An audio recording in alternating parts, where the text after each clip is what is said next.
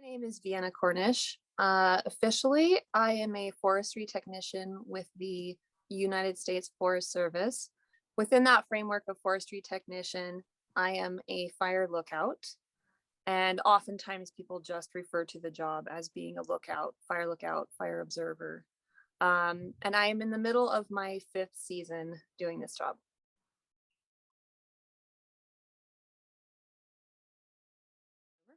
I work as a federal employee for the United States Forest Service, which is a subdepartment of the Department of Agriculture. There are other departments that hire lookouts, including state forestry, national park services, etc. So this is just one faction.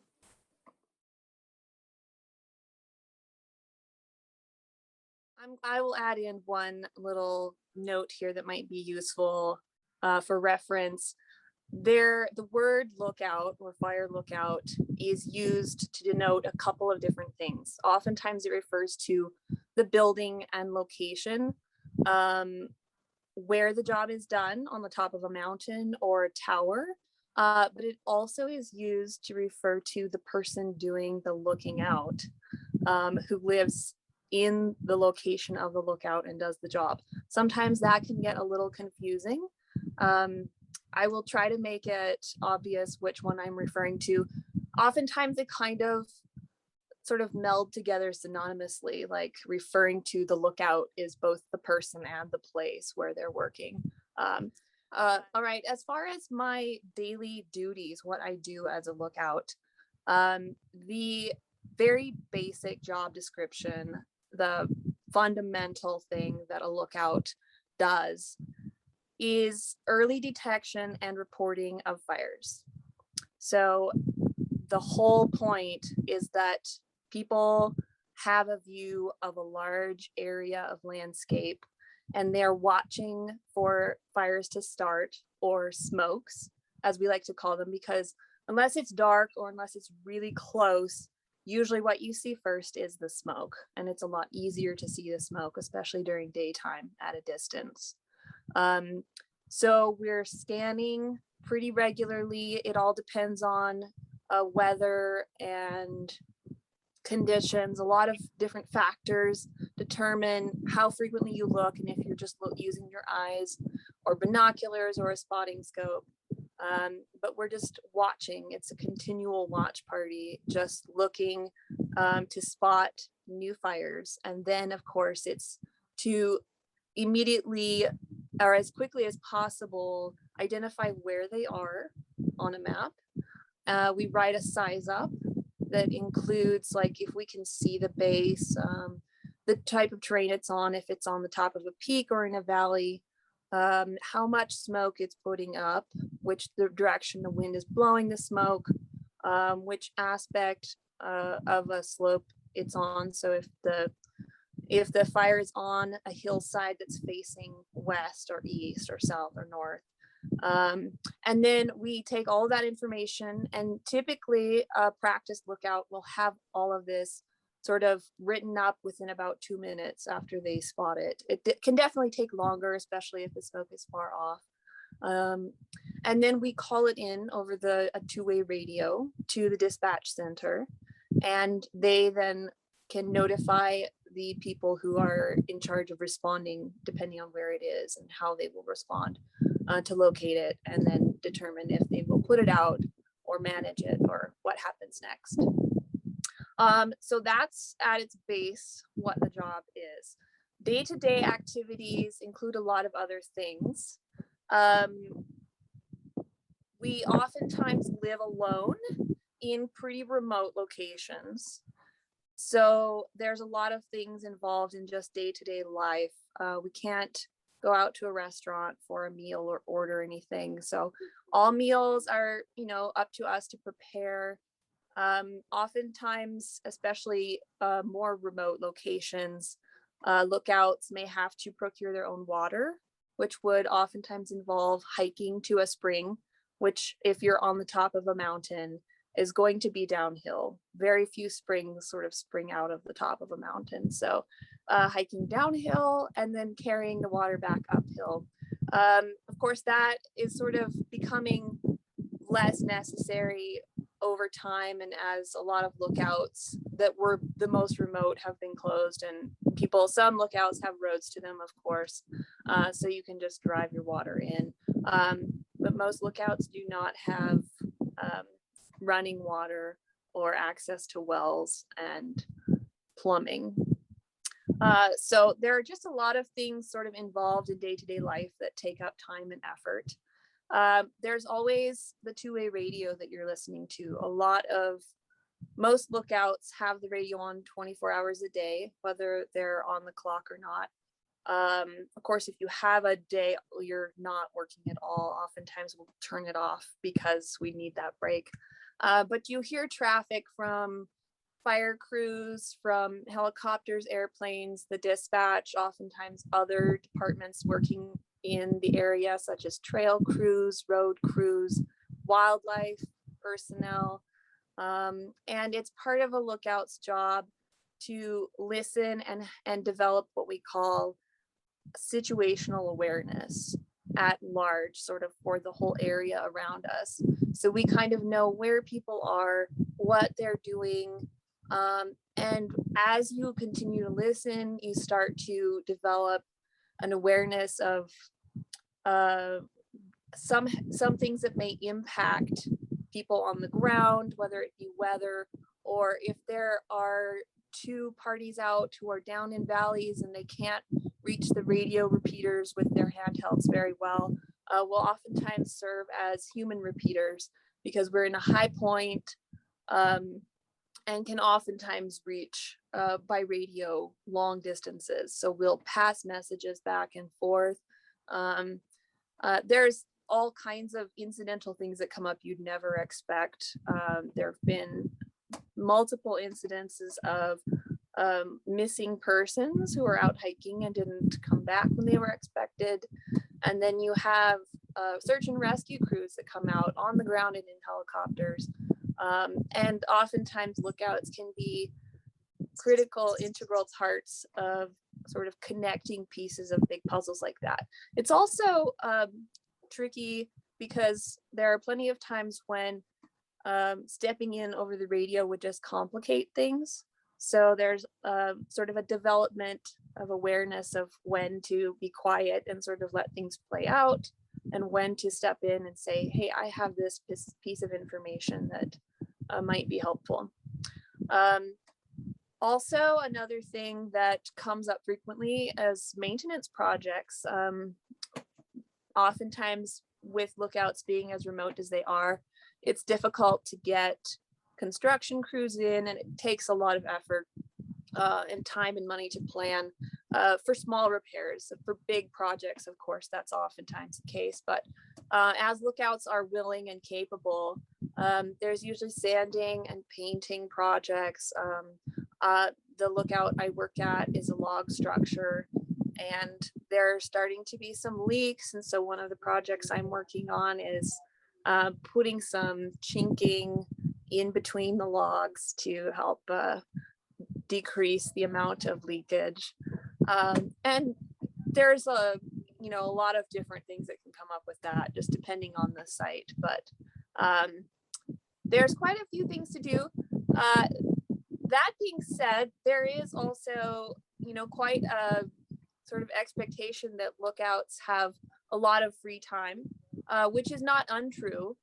Despite having plenty of things to do, there is usually at least chunks of time where you can, sit on the catwalk, like where I am right now, drink your coffee and read while periodically scanning the area around you. Lookouts have a lot of different projects that they do. So depending on the severity and fire hazard levels, they'll have us work longer hours, start earlier and extend later, and work days off, etc. Typically your base hours, it's 40 hours a week, 8 hours a day, 5 days a week. But then as weather and fire danger changes, that all changes. So we've been working constant 12-hour days, sometimes up to like 14 hours, and with maybe one day off, and then some weeks no days off. So again, like sure, I don't have to be like constantly what they call glassing with the binoculars up all of that time. But just like maintaining vigilance with checking for smokes, watching the weather, listening to the radio, all of these things, it does wear on you. So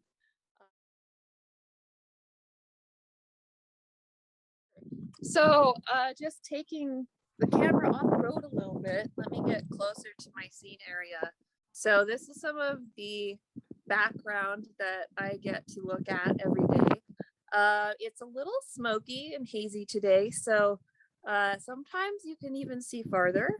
And another note, well, let me just show you more where I am.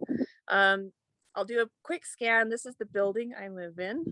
I was in the middle of a baking project earlier, so there may be some stuff sitting out on counters and whatnot. It's not the tidiest, but yeah, this is my little world up here. Sometimes I call it my kingdom. I am positioned up here to protect. But now following back to another note, there are lookouts positioned in different types of landscapes. So particularly in Western Canada, there are a lot of lookouts in the boreal forest, and it's not very mountainous. And so they have lookouts strategically on, maybe slightly higher points. Excuse me. They have lookouts positioned on maybe slightly higher points over the landscape, but they're generally like 75 to 100 foot tall towers, metal towers, with just a little cupola at the top. And then there's like a small cabin with living quarters in at the base. There are some of those old aerospace towers also on tops of mountains where a little extra height is helpful if there are a lot of tall trees around and they can't cut them all down. So there's definitely different types of landscapes you can live in. There's very rocky peaks, there's very forested areas. Sometimes the Bureau of Land Management will have lookouts positioned over a lot of like open grasslands, especially in the Southwest, New Mexico, Arizona. So there's definitely variety.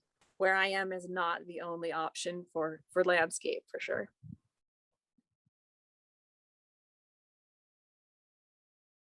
Formal education required to become a fire lookout is none.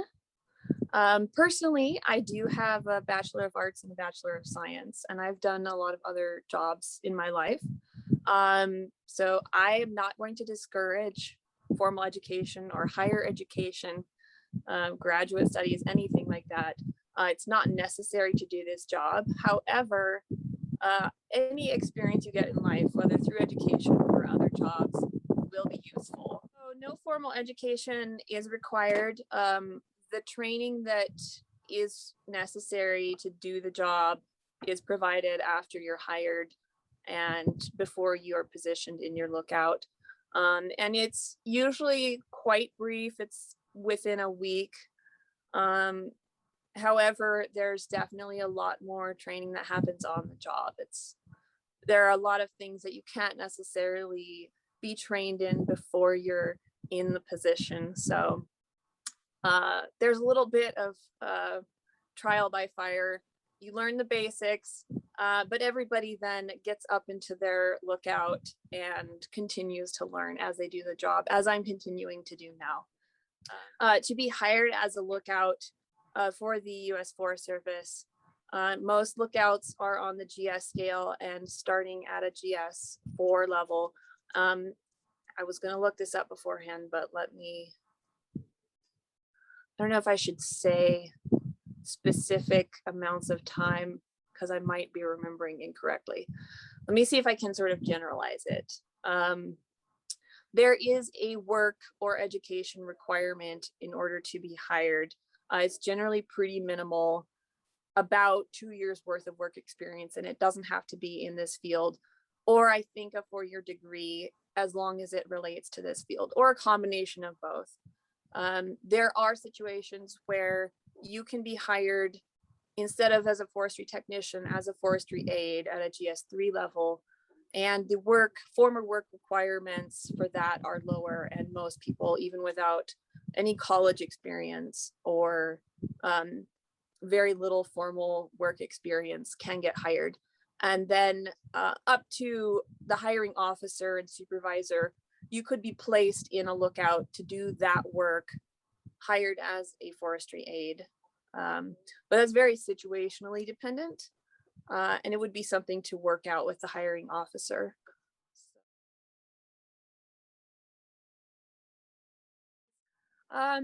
This is one of the jobs that I actually sought out to do, whereas a lot of other jobs in my life were sort of what was in front of me, or positions that came up unexpectedly, and then I thought, okay, I'll try that. This isn't the only one, but it's definitely one that I was like, this seems like something I want to do now. Um, I'm personally familiar with the job largely because my mother has worked as a fire lookout in the past. She didn't start doing it until after I was out of college, so I didn't have experience with it in my youth. I was aware that fire lookouts existed, but was not very familiar with what the job was like. For many years while my mother did it, I also was not interested in doing it. But I reached a point in my life where I was looking for something that would be conducive to sort of stripping away a lot of distractions in my life and providing a work environment, or providing an environment where I could develop the sort of state of mind and personal well-being that I was looking for, but while also supporting myself. And there's also an integral part of most jobs that I do, wanting or having a desire for that job or my contribution, whether it be a job or a volunteer position, to have a positive impact in the world around me. I wasn't specifically thinking, oh, I'm going to search out a protect and serve or like a community service position. But there was sort of like an inherent, okay, I need what I do to matter in some respect. And it just sort of dawned on me. I was like, okay, I didn't want to do this before, but envisioning myself in that kind of position right now seems magical. And there was, of course, a lot of sort of growing pains to get from that realization to where it actually did feel magical. But I definitely am glad that I went on this journey.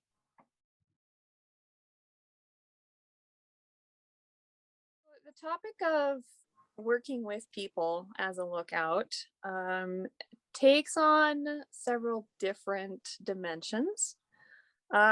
Typically, lookouts work alone. Not all lookouts are very remote. There are some that receive a lot of visitors, actually, that have road access to them. And usually they're, on the top of mountains or like quite interesting viewpoints, and they're kind of spectacles that people like to go see. So there are some lookouts even in my area that receive thousands of visitors a summer. Kind of stepping backwards. That is also part of the job for some people who work in those locations. They serve as sort of an interface between the agency they represent, they work for, and the public. There's all kinds of different attitudes out there amongst the general people about, different government agencies, including the Forest Service, and also, more specifically, fire management. And a lot of people are, intrigued, especially by the lookouts, but don't necessarily know much about it.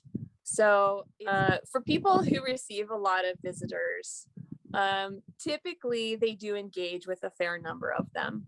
And a lot of visitors will appreciate being able to see inside of a lookout and see some of the tools we use and learn about the firefinder. and just about life as a lookout too. So as far as engaging with people and working with people, that is the reality for some. For others, such as myself, I receive very few visitors. I do still have that interface when people come, but it's very minimal. So the other capacity in which I work with people is over the radio and telephone, like with my supervisors and whatnot. And it can be a few people that you engage with on a daily basis, such as other lookouts in your area. We will oftentimes check in with each other a few different times a day on the radio just to make for sure everybody's accounted for and doing well. And you also speak with the dispatch and other ground crews and resources around in your area. And you're listening, of course, on the radio, even if you're not engaging with them. So it's not like you're closed in a black box that doesn't have sound entering or engagement with other people. The other thing is that, as communication networks expand, more and more lookouts do have either self-service or, as in my case, actual high-speed internet available and provided at the lookout. So even though you, again, are alone in person, oftentimes there is the access to connect with friends and family and other people around. You can, at least talk on the phone, send text messages, or even video chat. So it can be very solitary, and it can also engage quite a large community around you.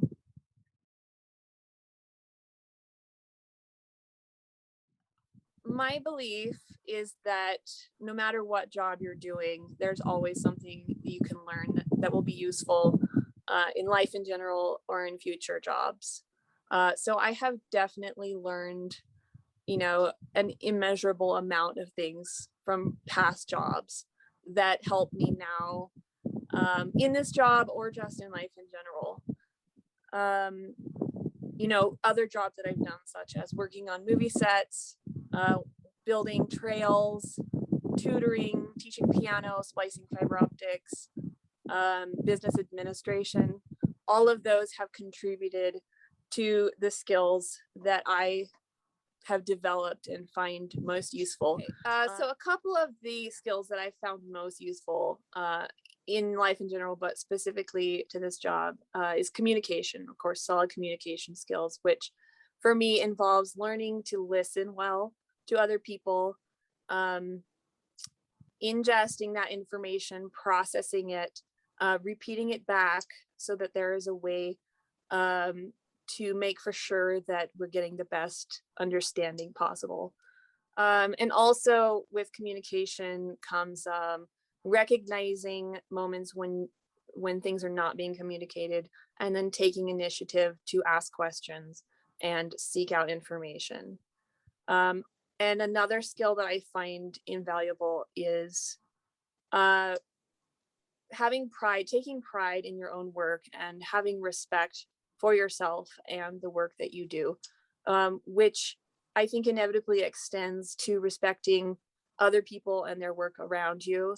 But that's hard to do, a lot harder to do. Some may say impossible if you don't respect your own work. And of course that bleeds into things, terms that come up a lot, like work ethic and reliability, responsibility, dependability.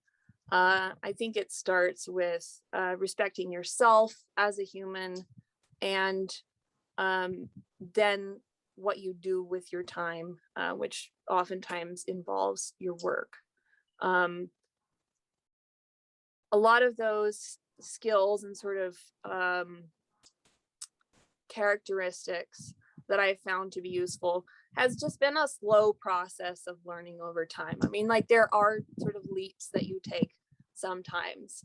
I definitely learned a lot about those things while I was in college even, because there's definitely a work ethic and patterns that develop as you're learning as well. But all of those definitely contribute. And that's not to say that if you don't feel you're developed in any particular way, super well, or you're not highly developed, that doesn't mean you can't do this job. This is one of those jobs that can definitely help you along with a lot of those learning things. Inevitably, I think I have mentions to that later under some other questions too. But anyway, I think I'll stop there.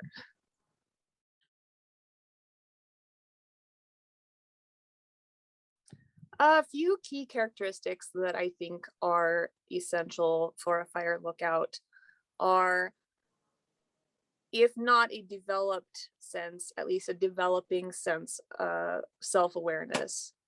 That is particularly key because of the environment that we work in, which is oftentimes remote and isolated.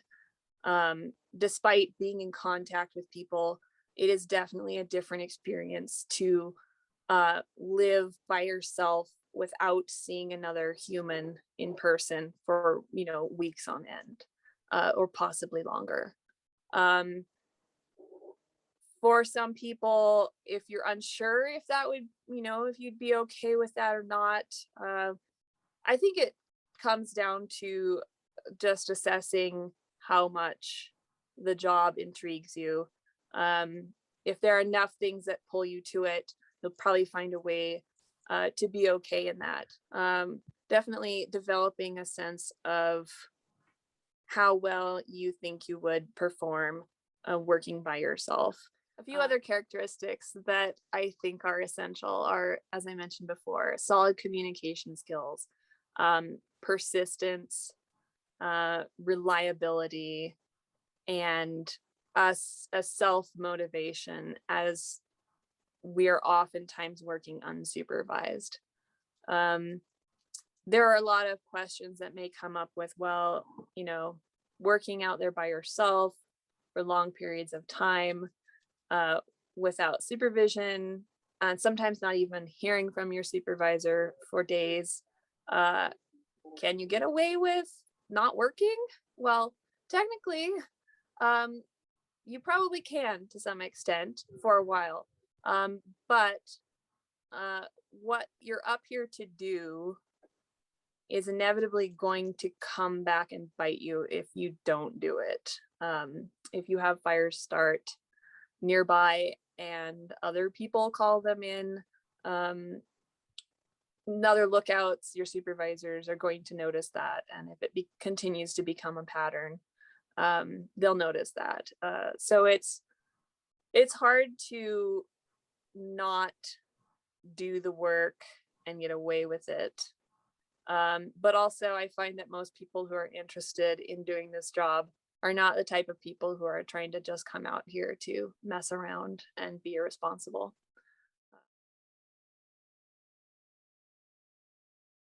Specialized equipment required for the job will all be provided by the employer.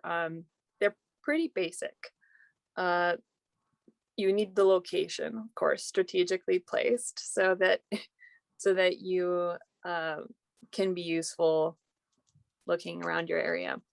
In addition to that, binoculars, spotting scopes are essential, and having decent eyesight or corrective wear. Corrective wear, of course, would not be provided by your employer, but a blind person sadly would not be effective at this job. Even if you don't have very good vision, if you can see well through binoculars or spotting scope, that's basically all you need.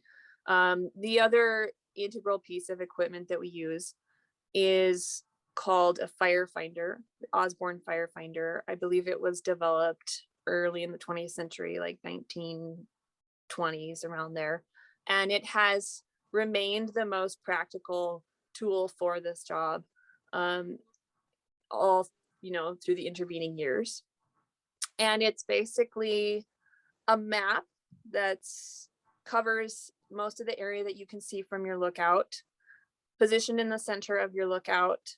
It has an azimuth circle around it with all of the degrees of direction, 360 degrees marked. Um, and it has a spotting sight connected to it that can swivel around the map. So when you see a smoke, you line up your sight with a little horsehair that's on the other side of your firefinder until that horsehair is positioned over top of the smoke. And then based on where your sight is positioned on that azimuth ring, you can look and see, okay, they call this shooting an azimuth. The smoke from my position is, 287 degrees and 13 minutes.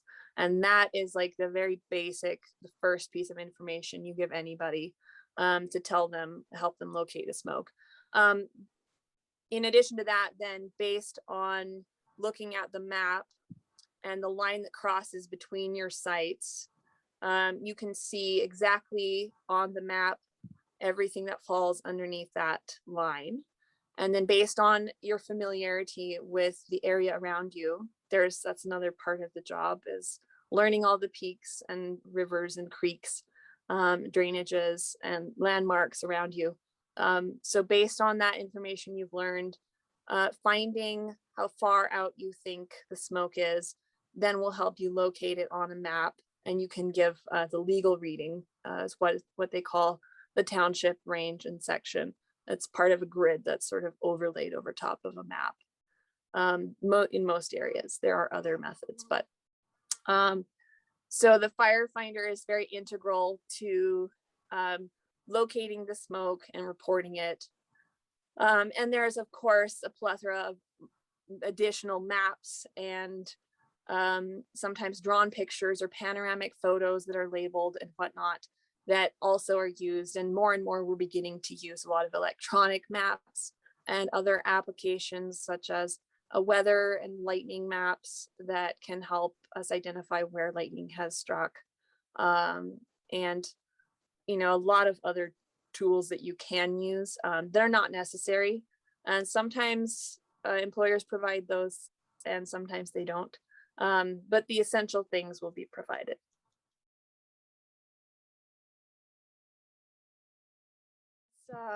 Basically non-existent.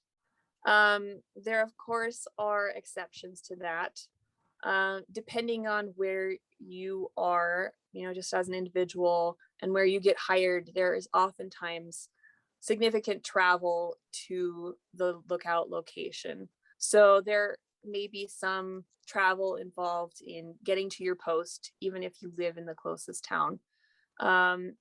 This ties in a lot with schedule, but most lookouts are positioned in their lookout 5 to 6 days a week, and they are far enough away that even in off times during the evening, there isn't enough time to travel. Sort of say you have a home in the nearest town, so you will most likely live at your lookout location, and you can remain there even on your days off. There are some exceptions to that depending on the hiring agency. But typically lookouts will live sort of full time in their lookout. So once you travel to your location, you can stay there until your season ends. Or if you have a day off or a couple of days off, you do have the option to take yourself into town, but that would be your own choice and definitely not required for work.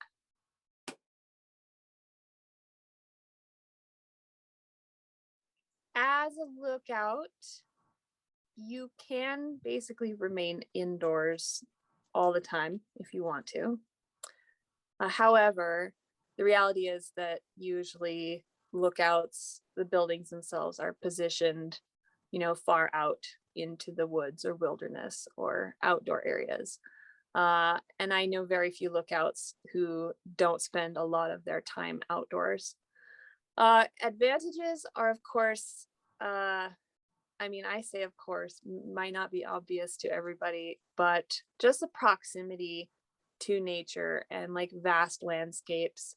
Epic views, epic sunsets, and the opportunity to have that sort of develop an intimate connection with nature, with the trees, with the weather, with the wildlife around. Um, an advantage that may also be a disadvantage depending on who you are is, the solitude. That's always, a trade-off. Like some people are searching for it, and some people that's sort of what they have to, sort of work through in order to make it viable. Um,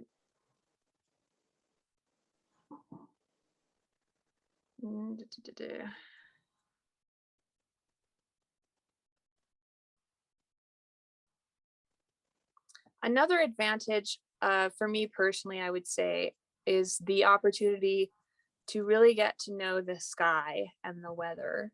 Um, Spending day after day watching the weather and learning the types of clouds and what they mean, and having storms come through, and then having periods of time where there's like no distinguishable change in weather. I really look at the sky and weather in a different way than I ever did before. And I think it will stick with me for the rest of my life. Uh, Leaving the lookout, of course, it kind of fades with time. But I definitely will look up at the sky and have just this greater sense of awareness and sort of connection, that just expands one's sort of awareness with, as a human on the great earth and what else is beyond the earth. Of course, along with that comes the night sky. Lookouts are oftentimes amazing places for stargazing. Um, where I am, it's during the summer months when I'm up here, you have fewer nighttime hours. So you have to sort of make a point to stay awake late enough to stargaze. But even recently, it's been a new moon and we've had a clear sky, and the stars have just been amazing. Some disadvantages to working outdoors in this type of environment are, of course, the inherent risks that come with being around wildlife, and of course, terrain. One thing that we're always sort of cautioned about, especially lookouts where you have to hike to them or whatnot, are, trips, slips, and falls. There are so many sort of injuries that can happen while you're just out walking, over rocky terrain or slippery pine needles, and you don't necessarily have a medical response, that can get there within minutes. Of course, hiring agencies will do their very best to respond to any emergency as quickly as possible. But especially if it's after dark or in a difficult location, if you're not at your lookout, there's always that risk, in being in a remote place, that you might not get help very quickly. With animals, and all of these risks can be easily mitigated. You can't predict, of course, what's going to happen, outside factors, but that's true anywhere at any time. So I have encountered bears, for instance, a mother with her 2 little cubs in the huckleberry patch. But she was as startled as I was. And as soon as we realized that we were facing each other, she took her cubs the other direction and I took myself the opposite direction. There was no incident. It was fine. I was able to capture from a distance one of the cubs way up in a tree. But I was respectful and, turned around, went the other way, and tried to leave them in peace. There's signs of wolves and cougars. I've never actually seen a wolf or cougar from this location in person. And typically they try to stay hidden and leave you alone. There are always the exceptions, but the risks are very minimal. And lookouts, of course, always have the personal decision to whether or not they carry a firearm or any other kind of defensive, like bear spray or defensive mechanism. I personally don't. Sometimes I do carry bear spray, but I've never had to use it. So there are other smaller incidentals like ticks or like poisonous rash causing plants that, I definitely earlier in the season have to do pretty regular tick checks. And then if I find any, of course, remove them and dispose of them. I have known other lookouts, especially starting out their first year, who were very nervous about some of these risks, and found that most of their fears were unfounded and unnecessary, and became very comfortable in their environment very quickly.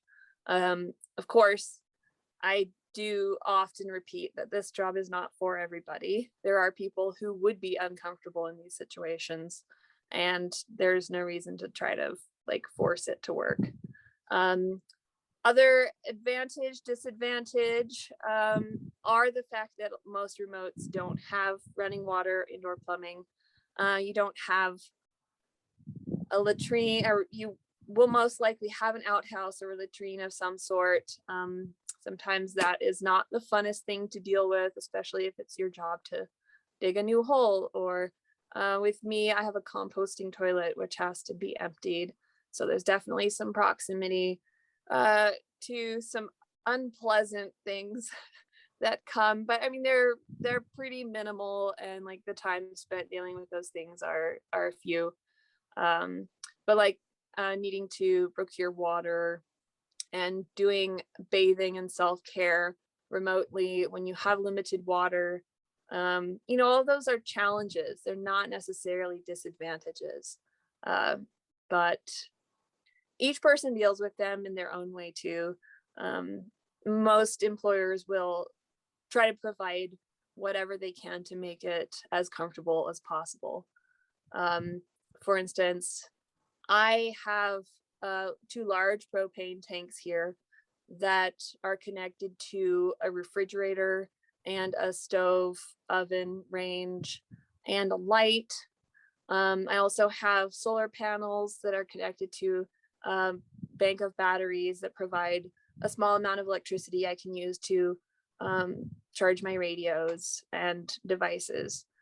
I'm able to live quite comfortably compared to some lookouts, and compared to a lot of lookouts historically who didn't have a lot of these conveniences.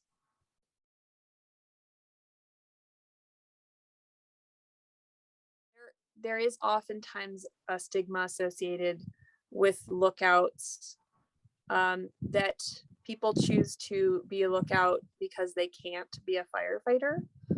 Sometimes that is true. There are quite a number of lookouts who are retired firefighters, or who have temporarily been injured or whatnot.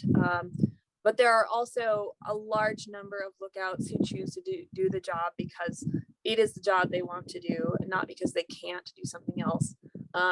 Also, there are opportunities for lookouts to become involved in other aspects of the fire management, sometimes before the lookout season begins and afterwards. So there are definitely other ways to become involved and to learn sort of about the agency and the programs around you.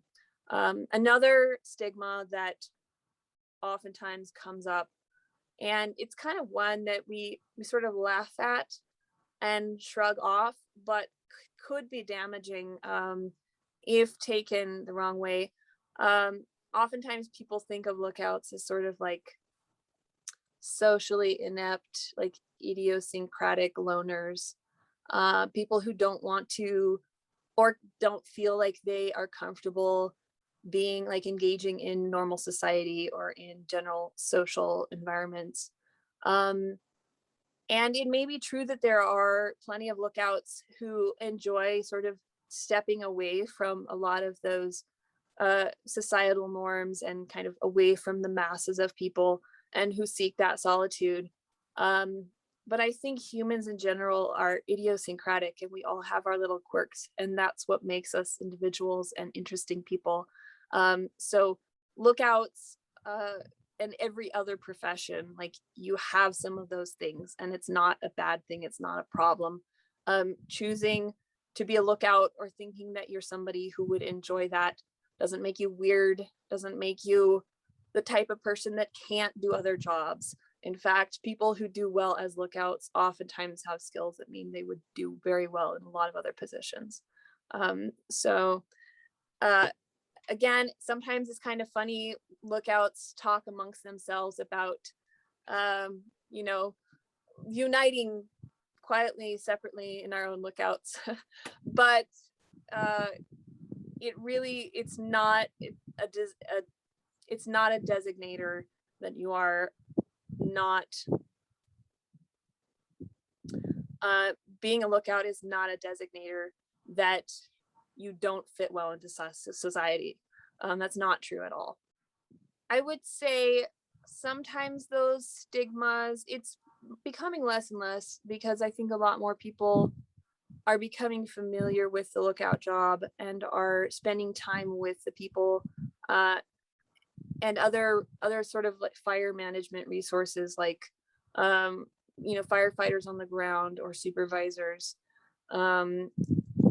get to know people a lot better. But there are still some of those isolated situations where oftentimes it's when there's communication over the radio that lookouts opinions and information and contributions are not always respected as highly or viewed as reliable, especially when it comes to sort of reporting what a fire may be doing, fire activity. And oftentimes lookouts are not the trained professionals that have an intimate awareness of fire behavior, etc. But sometimes those stigmas will sort of play into like, oh, well, here's some random piece of information that we can ignore, because they don't necessarily respect the education and the sort of global awareness that the lookouts develop. I would say another way that the stigmas impact the job, and this plays into the nature of the job itself and the nature of humans, is that spending long periods of time by yourself will mess with your head. You are going to be forced to get to know yourself really well, and sometimes that is a painful process, or you're going to have to spend a lot of energy distracting yourself or occupying yourself in ways so that you are not sort of required to sit with yourself and get to know yourself. And all of this comes into play because in my experience, I can't speak for all lookouts, of course, but speaking with other lookouts, you do pick up that there are some trends, some patterns between us, amongst us. You will spend a lot of time in your own head and a lot of time thinking, a lot of time ruminating on other things that get said, things that supervisors say, other lookouts, your friends, your family, and little things, little comments, mentions about stigma or anything, a lot of personal things will just sort of worm their way into your head, and it may be very difficult to sort of let those go. And especially if you have a season where you don't have a lot of fire starts, maybe you don't have any, and you're spending your days searching and scanning and like being as responsible as you can and not coming up with anything, inevitably you will start to question whether you're doing it right, whether you're good enough, or whether you're whether you're a value, whether you're an asset in this job, and questioning so many things. And that can be dangerous for your mental stability. It can also be very enlightening. Like, a lot of growth requires, sort of like breaking out of molds and a little bit of discomfort and pain. But that doesn't necessarily mean it's bad, as long as you have a good support system to sort of bring you through it. And as long as you can maintain self-awareness to the extent that things are sort of spiraling downhill too much and you need to reach out and ask for help, or you need to just say, I need a day off. And then you make the long trek into town and you spend some time around people. Um, there are a lot of different ways to sort of check yourself and get support. But that's definitely part of the conversation of the job.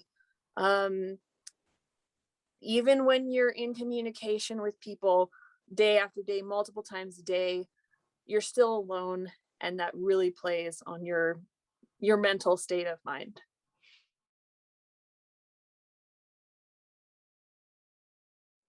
The type of financial stability that you can have working as a fire lookout is solid. Um, there are a few things to mention around that, though. The fire lookout position is typically full-time but seasonal, meaning you will only be employed 3 to 6 months out of the year in this position. And that varies depending on the agency you work for, the region you work in, and the fire season. There are a few fire lookouts out there that are year round. I've heard of one. I'm sure there are probably more. Where I work, it's typically just over about 3 months, between 3 and 4 months. Sometimes you can work in other capacities, like earlier season and later season outside of the lookout, but it's not going to exceed more than 6 months. So during that time when you're employed, at least in the agency that I work for, the Forest Service, I'm not really familiar with typical pay scales for other agencies. But within the Forest Service, it's a solid living. I would say it's a solid living for an individual. If you're supporting a spouse or children, over time that may be difficult to have the sort of stability or comfort level that you would desire. But for an individual, I would say it's solid. I would not say it's a comfortable living to live off of your earnings all year round. So most lookouts, if they don't have some other kind of income, such as retirement or other family members working, they will be required to get work in the off season or over winter, or have other jobs that they find that are compatible. And that can definitely be a tricky aspect of doing this job, because a lot of employers don't want to let their employees go for 3 or 4 months out of the year randomly. There are plenty of options, though, for like winter seasonal or off seasonal jobs.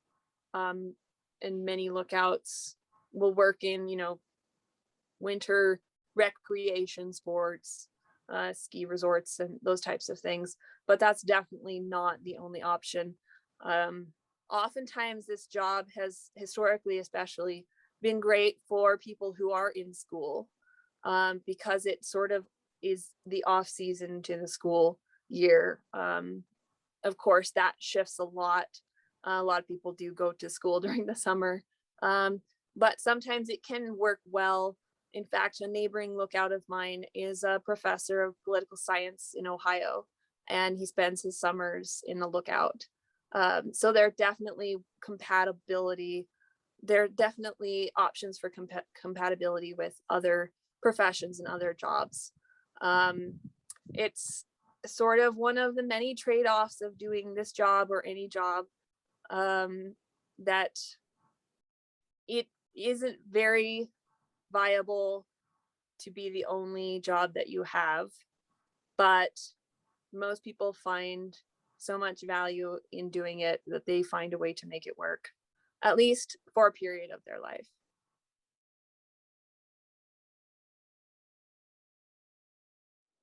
So one of my favorite things about working as a lookout, and also within that context of the protect and serve industry, is the education that I've got and then been able to pass along, hopefully a little bit, about the environment and the way wildfire plays into that. And this shift that we're trying to make happen and that is happening in response to wildfire. For many years, fire was, especially as people sort of integrated out into the West a lot and into these remote areas with lots of vegetation and a lot more fire activity, it became sort of like the enemy. And for, most of 100 years, the tactic was full suppression of fire as much as possible. Let's put it out, put it out, put it out. That sort of ignored the very critical and integral role that wildfire plays in some ecosystems and is necessary. And when that element was removed so much as it was, the ecosystem changed significantly and changed in ways that made it more susceptible to much larger fires and much more intense fires, which became a bigger problem as there were more people living in these environments with fire. So what we have now, as most people are aware, are huge, massive fires that we can do our best to sort of control and to guide and shift and like protect things at risk. But inevitably, it's kind of its own beast and it will do what it will, unless aided by weather, major impacts, and of course, firefighting and lots and lots and lots of money. And inevitably, despite all of these efforts, there's major destruction that we witness every year. So while we're in this period of shifting, realizing, oh, hey, fire is actually important and we need to let it happen the way it naturally would more frequently, but at lower intensities, and to just sort of clean up the woods and, regenerate some of the species. And we recognize that and we want to get back to that. But it's going to take time and it's going to be a slow process. So in the meantime, in order to do the best that we can to protect, large stands of trees, to protect wildlife, species that typically can evade fires and are not able to now. Of course, then to also protect the human interests, the, communities and farms and things that are sprinkled throughout the woods and grasslands that burn so frequently these days. One of the best ways we can sort of mitigate that catastrophe is to be able to identify as quickly as possible when a fire starts, where it starts, and then get resources on the ground as quickly as possible so we can determine, or so we have the option to put it out, or we can manage it so that we protect values at risk while still allowing the fire to play its integral role. And of course, that is the fundamental basis of what a lookout does, is the early detection and reporting of fires. So you can definitely sort of see it as you can view the job as sort of as small of a part or as important of a role as you'd like, really, to the larger approach to managing wildfires. Of course, one of the sort of sad but also very poignant aspects that I've experienced working this job is just being witness to catastrophe, really. Inevitably, you see fires burning on large scale, even if they're not close by, but you're able to witness them in a way that for me, I hadn't before, and definitely gave me this deep respect and like sense of awe for the element and for what it's doing, which I think is a good thing to experience as a human. but it's also, it's not a comfortable experience. You're not sort of faced with very acute trauma as if you were working at like as an EMT or paramedic or something. But it is a similar sort of like grand scale catastrophe. And oftentimes it's definitely not always epic on scale. You have a lot of small fires.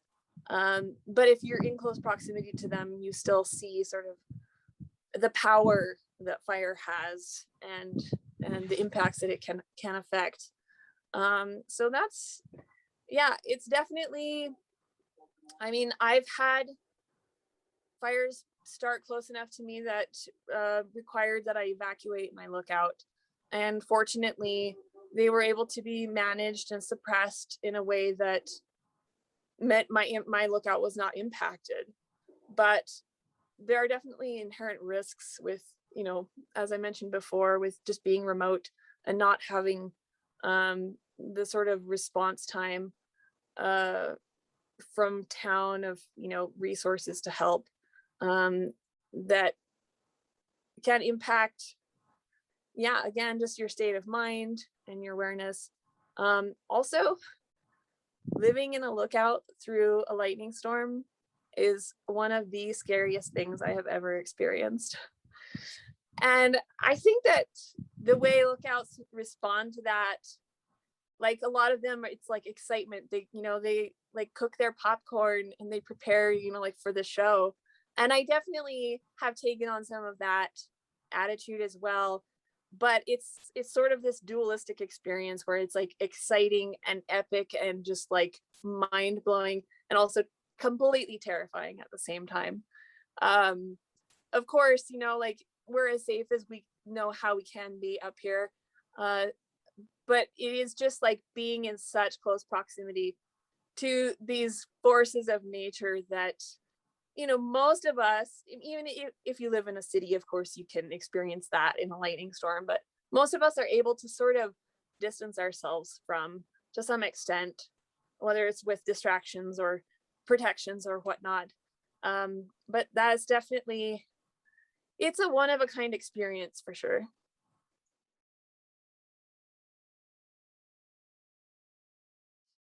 I think for myself, because I had some level of familiarity with the job before starting it.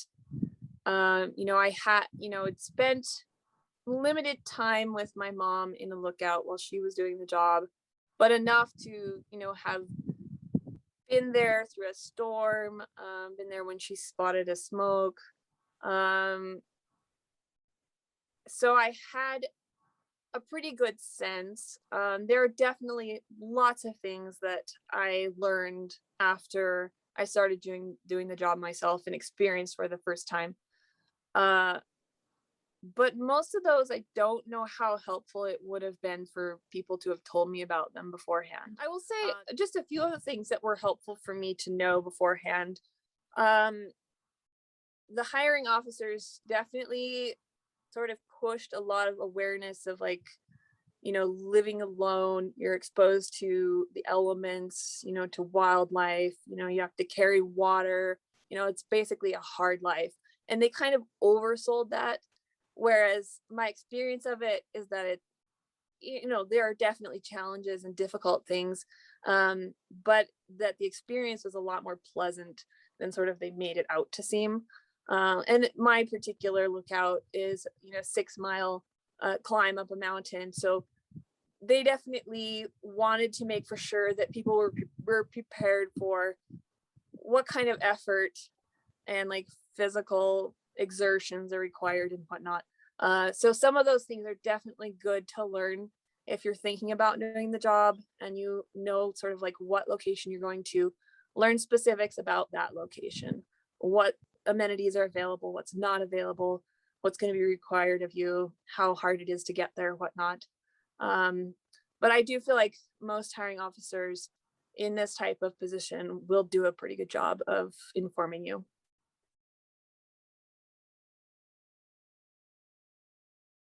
But there are a number of videos, short videos, that lookouts have made, sort of like capturing snippets of what their job is like. Oftentimes those don't exhibit like as full of a picture of like, you know, some of the disadvantages and whatnot. It's more of sort of like, oh, this is my dreamy job, you know, living in an idyllic spot on the top of a mountain. But some of them definitely provide a little bit, you know, fuller picture. But there's a number of videos. There's several articles, especially in the last couple of years, that have been shared. A couple of NPR broadcast segments about the job, some including interviews with lookouts. There's also a podcast that was started last year called the Smoke Diaries.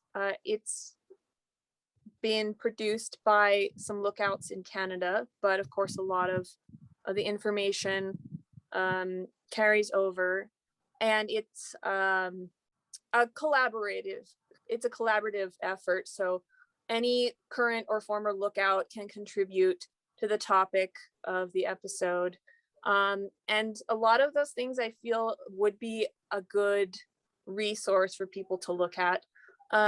Also, you know, just some self-introspection. I suppose maybe that's redundant, some introspection.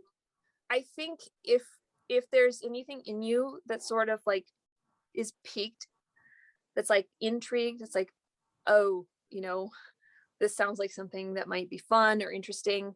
I think there's a good chance that it would be a fine match.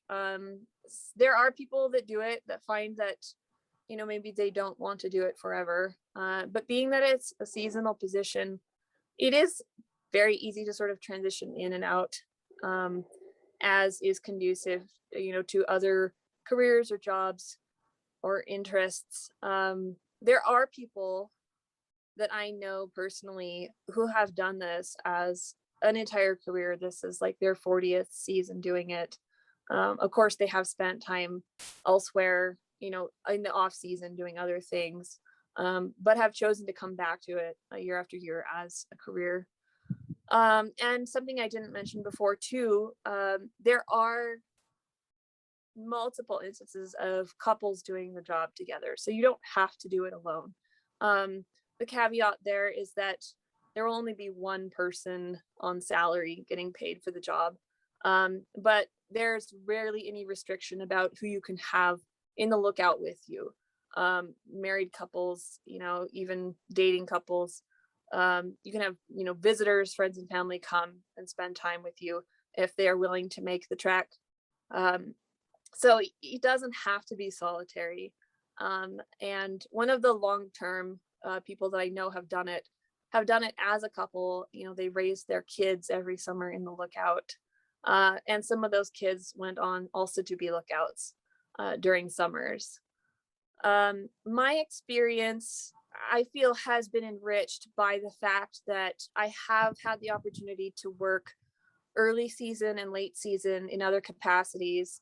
I was able to go through a firefighter training, become a red carded certified wildland firefighter, work with hand crews, travel to some large fire incidents in other parts of the season, get experience working with prescribed burning, which I found so enriching to learn about fire ecology and the role that fire plays in the landscape and how important it is, and how we can shift our approach and how we are shifting our approach, so that we can live more compatibly with wildfire. I've also had the opportunity to fly in helicopters. I never experienced that before starting in this job, and I've had multiple experiences, opportunities to do that, which is awesome. I've also gotten to work, despite being alone at the lookout for much of the time, I've gotten to work with a broad expanse of really cool people. The types of people that I've met in this job and in working in other fire management jobs, also other forestry jobs, trails, wildlife, fisheries, hydrology, soils, all of these different types of positions. There's so many interesting types of people that work in these jobs, and it's not necessarily the types of people you may think. There are so many college educated, master degreed, and higher education people who have had other lives aside from their forestry work, and who come from different parts of the country and the world, and who have just really enriched my experience as a human, and as part of a community. And it has really made, sorry, brain just farted. Yeah, I feel like that has really contributed to my experience and to my humanity just as a person, regardless of any other aspects of the job.